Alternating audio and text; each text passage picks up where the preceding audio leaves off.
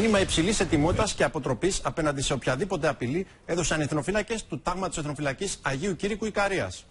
Με στένος και θέληση για την προστασία βωμών και εστιών, πραγματοποίησαν με απόλυτη επιτυχία άσκηση εξάλειψης εχθρικού προγεφυρώματος. Στην άσκηση που έγινε με πραγματικά πυρά, επιδείχθηκε η υψηλή επιχειρησιακή ικανότητα από το προσωπικό της Εθνοφυλακής, το οποίο έχει ενεργό ρόλο στην προστασία των νησιών του Ανατολικού Αιγαίου.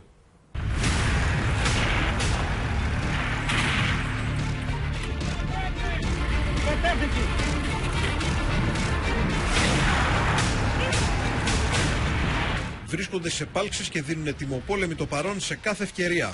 Με αποκλειστικό κίνητο τον πατριωτισμό και την πανίσχυρη θέληση υπεράσπισης εστιών, αποτελούν βασικό πυλώνα αποτροπής και ενίσχυσης των ενεργών μονάδων του στρατού ξηράς. Έχοντας εξαιρετική κατάρτιση και χαρακτηριστική άνεση, οι εθνοφύλακες χρησιμοποιούν ακόμη και βαρέα όπλα για την εξάλειψη εχθρικού προγεφυρώματος. Η εθνοφυλακή αποτελείται από τους Έλληνες. Είναι τα παιδιά της Κυβερνήσης Πόρτας, είναι καθηγητές, είναι νοσοκόμοι, είναι γιατροί, απλοί άνθρωποι, απλοί καθημερινοί άνθρωποι. Είναι εδώ, θα απαντήσουν σε όλες τις καταστάσεις που θα χρειαστούν. Παρά την αποτελεσματική προσβολή των εχθρικών δυνάμεων με σαρωτικό πυρ, ομάδα βατραχανθρώπων έχει εξέλθει στην ακτή και αναμένει ενίσχυση από περαιτέρω εχθρικές δυνάμεις. Η εχθρική δύναμη καταφέρνει τελικά να αποβιβαστεί και δημιουργεί προγεφύρωμα επί της ακτής. Για την εξουδετερώσή του διατάσσεται η επέμβαση τμήματος άμεσης επέμβασης, το οποίο βρισκόταν σε ετοιμότητα. Το προσωπικό του τμήματος άμεσης επέμβασης ξεκινάει την αντεπίθεση υπό σαρωτικά πυρά και προωθείται προς την παραλία. Η τελική αντεπίθεση πραγματοποιείται στο εχθρικό προγεφύρωμα, το οποίο εξαλείφεται με ταχύτητα και θανάσιμη αποτελεσματικότητα.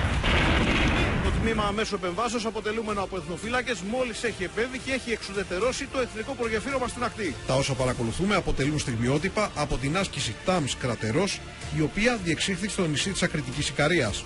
Οι εθνοφύλακες που ανήκουν στο τάγμα Εθνοφυλακής Αγίου Κηρύκου Ικαρίας απέδειξαν ότι μπορούν να εκτελέσουν απαιτητικά σενάρια για την αντιμετώπιση οποιασδήποτε κατάστασης. Είδαμε ότι οι εθνοφύλακες έχουν την ψυχή, μπορούν να ανταπεξέλθουν σε όλες τις καταστάσεις και θα είναι πάντα εδώ πέρα, ενωμένοι, δυνατοί για κάθε αντίπαλο.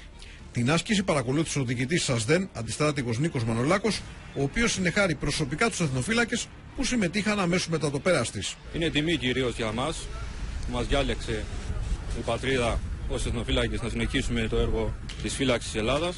Μας τιμά ιδιαίτερα που υπερασπιζόμαστε την πατρίδα μας, την οικογένειά μας και το κάνουμε αφιλοκερδώς, αφήνοντας το σπίτι μας σε αντίξωες συνθήκες.